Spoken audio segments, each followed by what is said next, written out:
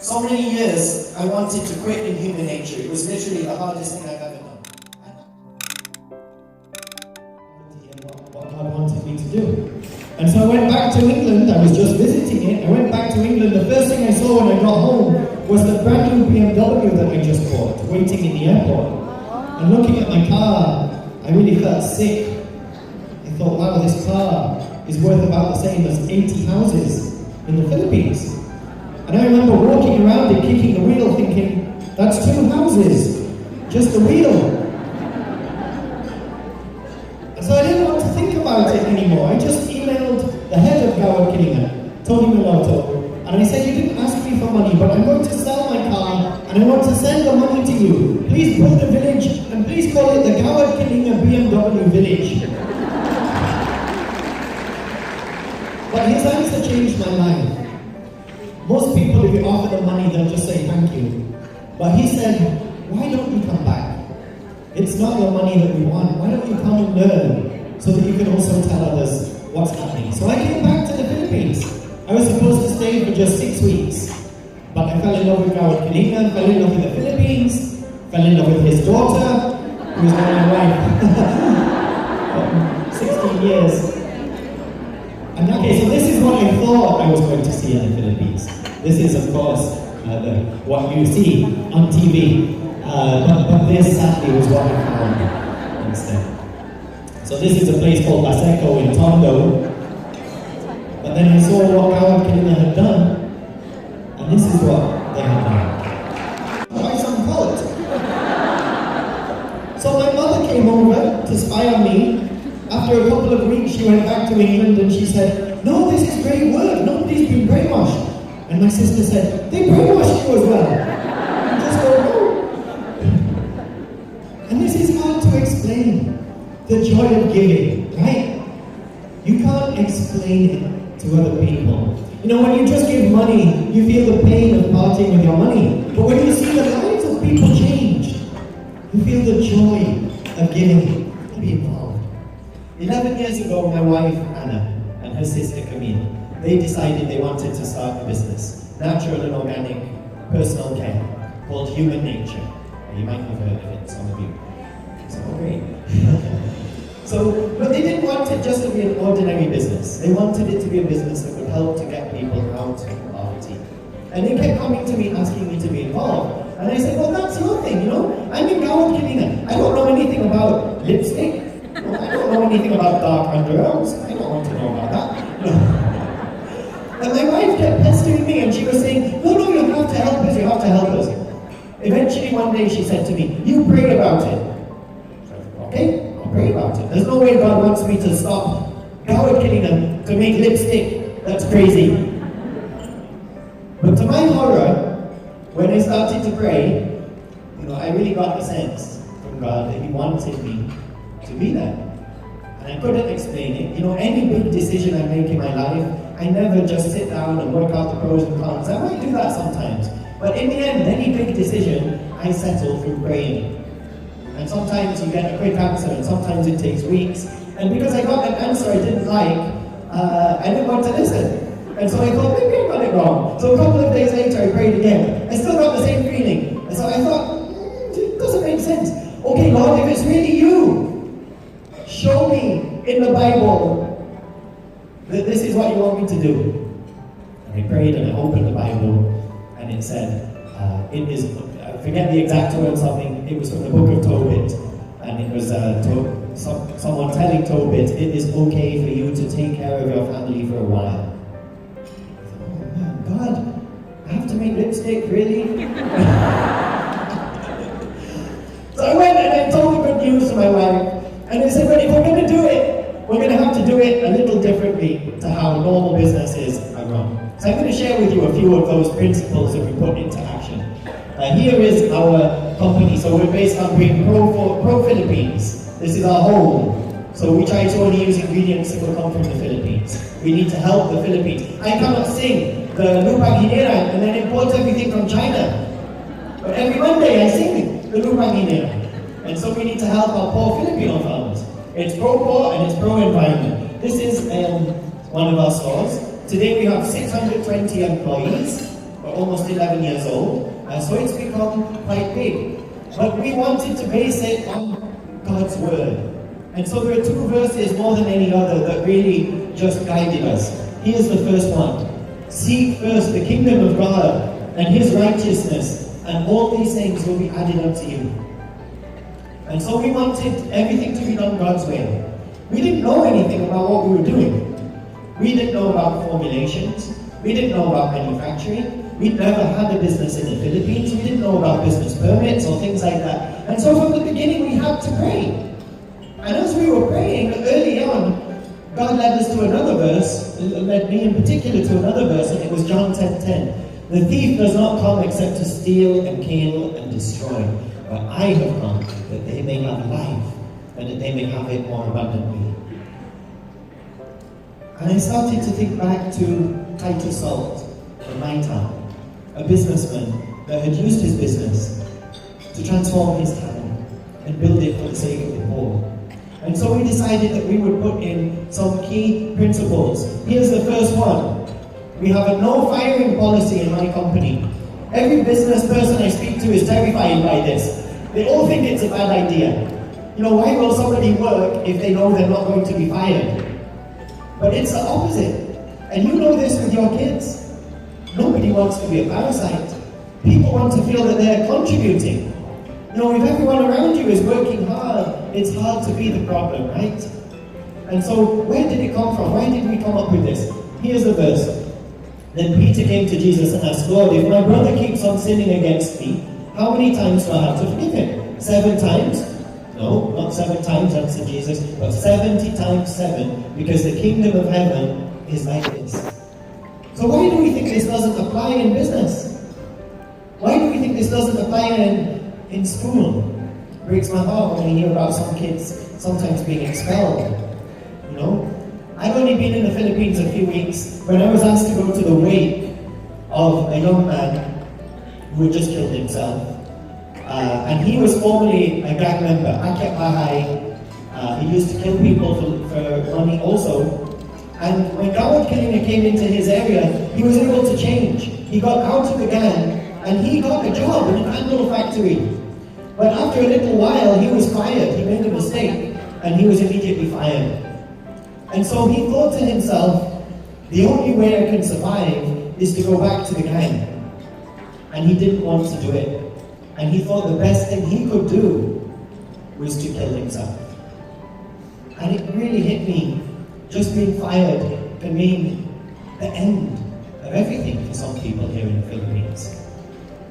And so there was something that happened to me in my computer game business in England though, that gave the opposite result. I had this young kid working for me, he was 18 years old. And we used to have this honesty box of chocolates in the office, and you could get the chocolate and you put the money in. So there's a price list. And so for a long time we had this working fine with no problem. And then all of a sudden, one week it started to be missing some money. Chocolates were going and the person was not paying. And so eventually I put a little camera there so we could see what was happening, who was not putting the money in. And we found out it was this kid who was 18 years old.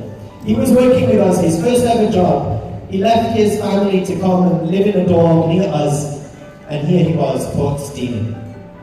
And when we found out, it was not me that saw the CCTV, it was one of my leaders, and they were telling me he had to be fired. And I was thinking, and I prayed about it, and to me it seemed like a child taking an extra cookie out of the cookie jar. That kind of thing. And when I prayed, I really felt that we had to give him another chance. And so what happened was, my leaders disagreed with me, and they said he should be fired. One of my leaders ended up walking out and going home. And so I went to that guy's house. I tried to convince him to give this kid another chance, and he refused. He said, no, as long as that kid is there, that kid is a thief. I'm not going to come back. So I didn't know what to do. So I talked to his wife, who was also working with me, and his daughter, who was also working with me. And in the end, they all stayed home. He told them, you don't go back until that kid has gone. So after 3 or 4 days, I went to their house. Eventually, I convinced them to come back. And I sat down with the kid and I said, I know what you did, but I'm going to give you another chance. So the outcome of the story is, those people came back, the guy stayed with us, those people ended up forming a friendship with the kid and looking after him, and they sort of adopted him. That kid went on to become a social worker in New York City. And I just was wondering, how would his life have turned out different if his very first job he was fired for being a thief? But instead, his very first job, he got a second chance.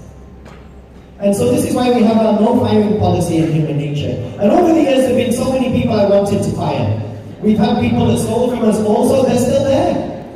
And they don't touch the money anymore, you know. But there was one guy in his 50s, I found out he was stealing. He was going out buying things and then changing the receipts. He would buy supplies for us. So if you want to steal, here's a very good way.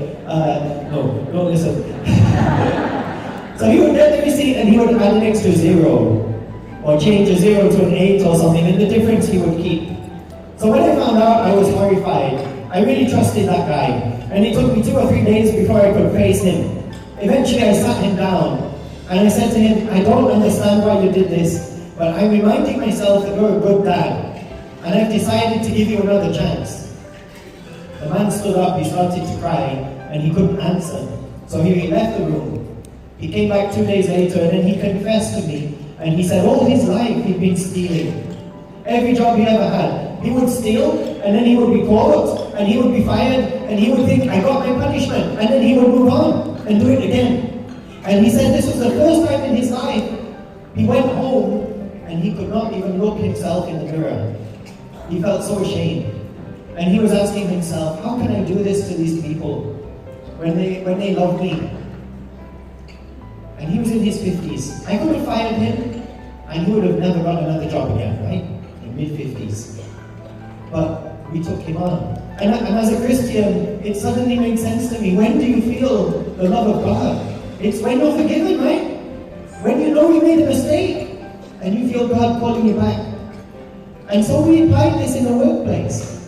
And it's one of the policies that I am the most proud of in human nature. Every business person I talk to about this says, this will never work. And I always then give them this verse. Jesus looked at them and said, with man this is impossible, but not with God. All things are possible with God. And it is possible for someone, even in his 50s, to be transformed, just because someone gave him another chance. Okay, so who do you want to give up on today? Is it a colleague? Maybe it's your wife? Maybe it's your husband? I hope not. Maybe it's your job. Maybe you're ready to give up on your health, on your finances. I want to encourage you to keep trying. Alright, so another policy we have, we've got no peeping. It's not all compassion and human nature. If you're late for work 3 times in 1 month, we will send you to the farm and you will start work at 4 a.m. And you will stay in the farm until you come on time. So after that, they never come to work late again. So we believe in tough love. We believe there has to be excellence. But the bottom line is we do not give up on our people. And I hope none of you are ever tempted to give up on any of the children in your school. Alright, another policy we have is that we don't pay the minimum wage in human nature. Because the minimum wage is not enough. So we pay the living wage.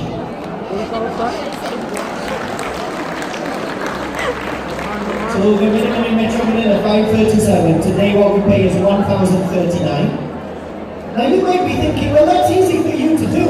Anyway, you're flying in helicopters and so on and so on. But I didn't tell you, over the 6 years after I arrived in the Philippines, before we started Human Nature, I gave away almost all my money. All we had left was 3 million pesos. We used that entire 3 million to start Human Nature. And I had to even borrow from my mother-in-law 1 million pesos so that we could make payroll once. And so we were doing this before we sold many products. We were doing this when I was borrowing to make payroll. We raised the minimum wage every year, even if we lost money the year before. And so this is an act of faith. This was not because we had a lot of money spare, but we wanted to be generous with our staff. We knew that minimum wage is not enough. No matter how hard you work in the Philippines, if you are a factory worker, you're a merchandiser in a supermarket, you're a guard, you're a cleaner, you're a tricycle driver, no matter how hard you work, you're going to be poor for the rest of your life. Unless your employer lifts you out. And have you noticed wherever you go throughout the world, you see Filipinos succeeding, flourishing, blossoming. I saw a report on CNN a few years ago. It said in the USA, Filipinos are the second highest earning group in America. Indians are number one, Filipinos are number two. Ahead of the Koreans, ahead of the Japanese, ahead of the Chinese, ahead of the Caucasians like me. What does this mean? The Filipinos are world class.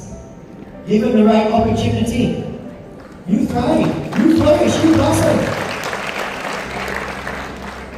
Why am I still in the Philippines? Why didn't I go back after 6 weeks? Because of the Filipinos that I met. Filipinos are the most amazing people I've ever met. They're always singing, they're always laughing, they're always eating.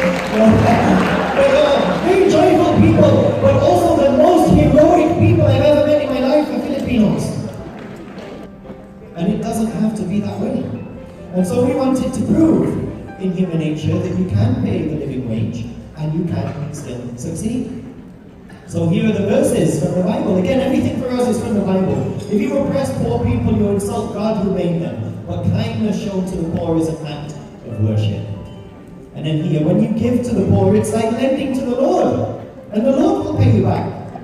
Do you think the Lord's lying? No, He's telling the truth, right? And that's what we've seen in human nature. 11 years of faithfulness. Because it meant for 9 years we could not put our stores in the mall. To go in the malls, you have to open Sunday, right? You have to open 7 days a week.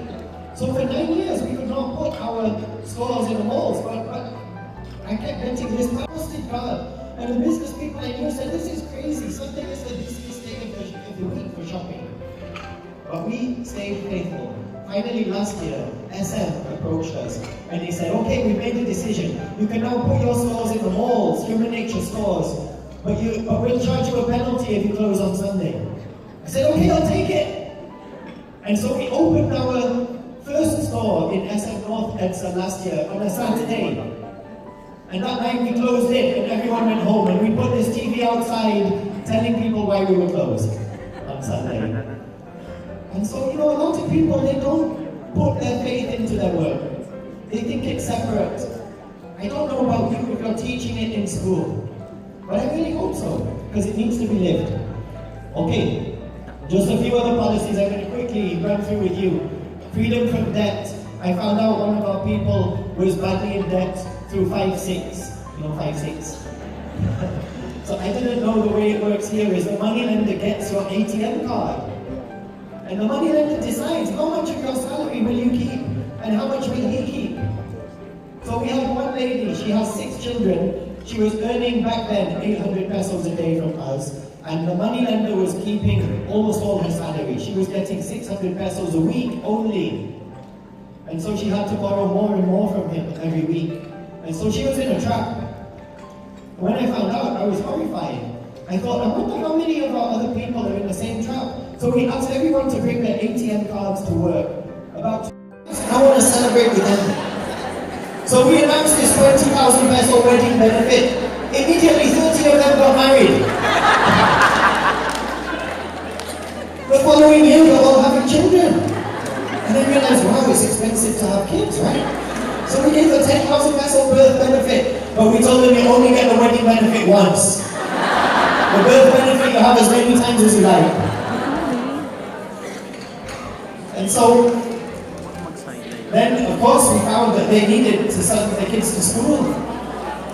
And a lot of our kids, a lot of our employees are really from the poor, places like Payatas and so on. And it's still difficult to convince them of the need to send their kids to school. And I found out one 2-year-old girl was being left at home because her mother was coming to work. And she was left at home alone, and her tita, who lived 2 doors away, would come to the house every hour to check on her. And I thought, my goodness, we're providing a job, but look at what's happening to their children. And so we built a preschool. So we just built that at the start of this year. And last policy, no lagay. People told me this was impossible in the Philippines also. But for 11 years, we've done it with no lagay. And so the Bible is very clear. And Peter was pleading, save yourselves from this corrupt generation. And we've done it for 11 years. There were days when we lost an entire shipment once in Bureau of Customs. We said we will pay all the right taxes, all the right duties, but no lagay. And we ended up losing. So if you follow Christ, you will be crucified on some days. But He resurrects you, right? And so for 11 years we survived. Okay. So last verse of this, Romans 12:2. Do not conform to the pattern of the world, but let God transform you into a new person by changing the way you think. That's what Sir Titus Salt did in my hometown. He gave me the chance to come to the Philippines.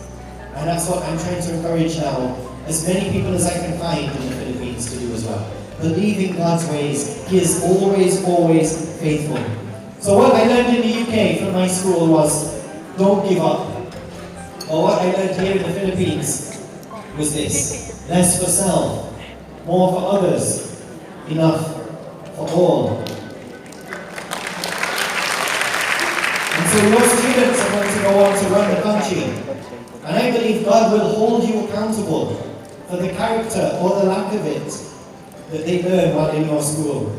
So your education that you're giving must include loving the Philippines, which means loving the poor, because most Filipinos are poor.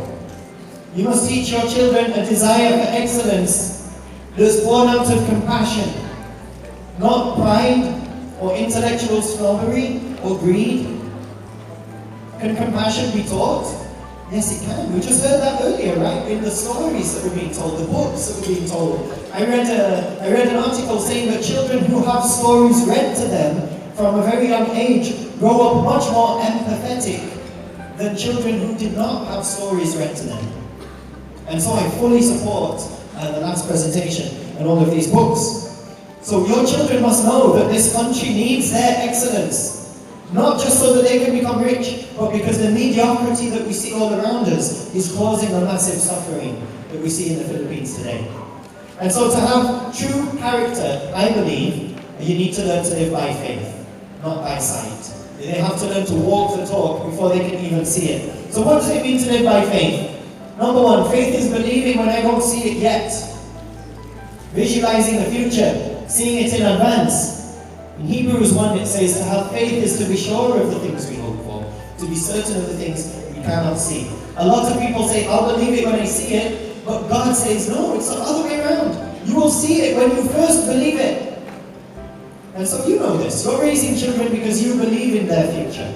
You believe that they will go on to do well. In human nature, we believed it long before we could see it. I believed it was possible in the Philippines to build a company that will get people out of poverty, where even the messengers can be out of poverty, the cleaners can be out of poverty, the factory workers, the warehouse people, the drivers can all be out of poverty.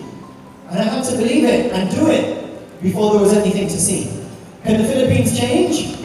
Can more classrooms and school buildings bring out the children that will make this a world-class country? Only one person, two people. Can the Philippines change? Yes, if you teach them to believe before they can see. And where does that belief come from? How do you know that it's not just a hallucination, a delusion? It has to come from the Bible, from the everlasting truth of God. Okay, number two, living by faith. Faith is obeying when I don't understand it. Oh my goodness, obedience is not a popular word among children, and even less popular among adults sometimes. But the Bible gives us so many examples of people who obeyed when God told them to do something long before they understood why. Actually, we still have 620 left. So doing the right thing is usually not what you feel like doing. And maturity, something you have to teach your children, is about not living by your feelings, but living by your commitments, living by your values. So many years I wanted to quit in human nature. It was literally the hardest thing I've ever done. I still don't like lipstick. I still don't like dark underarms. After all these years, so many years I wanted to quit, but whenever I would pray, again, I would feel God telling me, keep going, son. it's going to be worth it, it's going to be worth it. And we have to teach students that the difference between successful people and people who are not successful in life is simply that the successful ones do what the ones who are not successful don't feel like doing. You don't get to the Olympics because you felt like training. You don't succeed in business without going through years of difficulty and turmoil. And we cannot build a successful country if the children leave school thinking that they can do what they feel. And I want to say something that might be a bit controversial. I've noticed this in the Philippines, especially among the boys. Okay, the ladies are all going, yes. The men are going, what? I've noticed that there seems to be more expectation of girls in the home, to do more work at home, to help out more at home. And the boys grow up thinking that they don't have to do it, they don't have to help. And I've seen this in our company, there's a difference between the men and the women. Yes, there are always exceptions, for sure, we have lots of good men as well. But in general, the women are more hardworking. In general, the women don't give up. And you can see this in poverty. Poverty always brings out the best in women. They will always find a way of feeding their children. But men, when we cannot provide for our families, we become the problem. We become the gang members, the drug addicts. And so it's especially important in your schools that you find a way to make your boys feel like heroes. That's what makes Scoured Kinniga work. The men do the building of those homes. And it makes them feel like a hero maybe for the first time in their lives. And they like that feeling. When men are not expected to help, they're not expected to work, they feel like kings. But when you raise your boys to know that you expect excellence from them and you expect them to help, and you teach them to be heroes, and that will stay with them forever. And so I'm not talking about giving them lots of homework. Don't do that. I didn't get homework in England until I was 11 years old. Nothing before that. And sometimes I feel we're teaching our kids to be workaholics. You know? So how can you do it? What are some tips that you can do this? Number one, a simple one. Get a different class in your school every day to clean the walkways. Pick up all the trash. And maybe not just in the school, but even outside the school. Something I've noticed here is you go inside a lot of nice subdivisions. They look beautiful on the inside, but the outside on the main street is just bare hollow block, unpainted, ugly, barbed wire. There is a tendency to think of me, my family still, my community, but everything outside the gates doesn't matter. And maybe you want to do that. One class every day, go around and pick up the trash. And the boys can lead it and make them heroes. Another thing might be to do a feeding program. We do this in Human Nature. Every day, outside our office, we give away free pandesal, free eggs, and free coffee. It started just with the coffee, and I realized there was a squatter area behind our office. This is in Commonwealth. And a lot of children were coming to get the coffee. And I was saying, no, that's not good for you. And then I realized I have nothing else to give them. So we started giving pandesal, and then talking to some of the kids. For some of them, that was the only meal that they were likely to get that day. And so we started giving egg. One egg just costs a few pesos. So every day now we give about 200 eggs and pandesal and coffee per day outside our office. And so you might be able to do this in your school. Probably wherever you are, very close by, there's a squatters area. Can you imagine how beautiful it would be for your kids to sit there, manning the desk, handing out the eggs on a daily basis? So they see this is a continuing problem, but they feel good about helping to solve it. So how can you teach kids to develop persistence? I want to share this one of the last verses. So this is about Moses. By faith he left Egypt, not fearing the king's anger, for he persevered as if seeing the one who is invisible. Moses, for 40 years, led a group of crying, squabbling, complaining children through the desert who did nothing but question his leadership the whole time. Have you ever felt like that in your school? For 40 years. In other translations it says he held to his purpose like a man who could see the invisible. If you look at your problem, you may feel distressed, you may feel depressed. You look at God, you can be at rest. So what do you have your eyes on? And what are you teaching your children to put their eyes on? When you show them poverty, you have to show them the solution. Yes, we live in a third world country, a poor country, millions of people hungry, but here's the solution. We're going to give them eggs every day. Something simple like that. Perhaps some of you are hearing this message for yourself. Perhaps some of you today are discouraged, or depressed, or even despairing. Maybe you feel like giving up on your marriage, or on your school, or on your dream, or on your health, or your relationship with God. Perhaps God brought you here today just so that He could say to you, don't do it. Come back to me. Let's do it together. Just hang on. And you have to be able to teach your children hope. And this is the final point of my presentation. Where does hope come from? You know, many people feel hopeless because they're looking at the circumstances.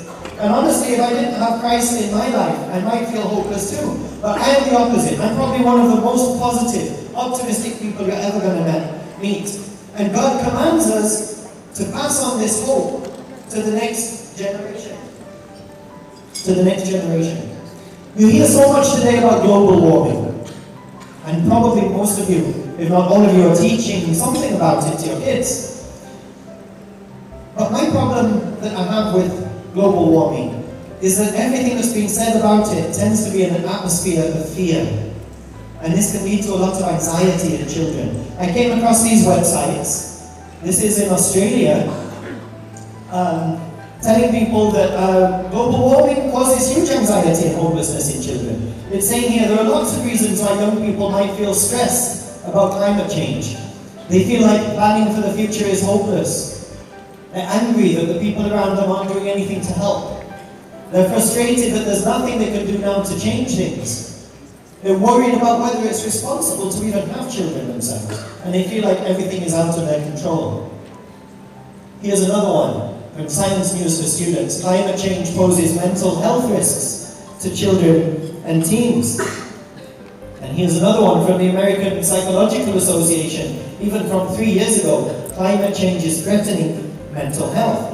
But it's not climate change that's threatening mental health. It's the apocalyptic way that is being reported that is threatening the mental health and causing anxiety in children. And even worse than that for me, it's taking the attention of our youth away from what they can actually do to help the worst affected people. Let me try to explain what I mean. Yes, the glaciers are melting. Yes, the reefs are dying. The waterways are being filled with plastic. These are all true, and we need to change our behavior and our consumption patterns. No question about that. But let me ask you, have you ever been to Payatas? Have you ever been to Smoky Mountain?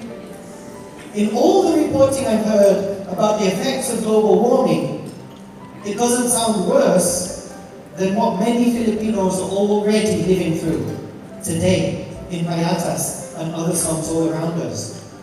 And so climate change is capturing the attention of our children like nothing before. But we're surrounded by people living in those apocalyptic conditions today. And we can't change that. We can't do something about it. So the truth is, we will not avert climate change unless there's very serious global transformation at government level and improvements in science and so on. But your students can do something about the many Filipinos who live in those apocalyptic conditions right now. And I want your students to feel a burden to lift those people out. And it's our duty, our responsibility, not to just feed them despair, but to feed them hope. Here's my final verse to share with you. He commanded our ancestors to teach them. He's talking about the good things that God did to their children, so the next generation might know them. Even the children not yet born, and they in turn will teach their own children, so each generation should set its hope anew on God, not forgetting His glorious miracles and obeying His commands.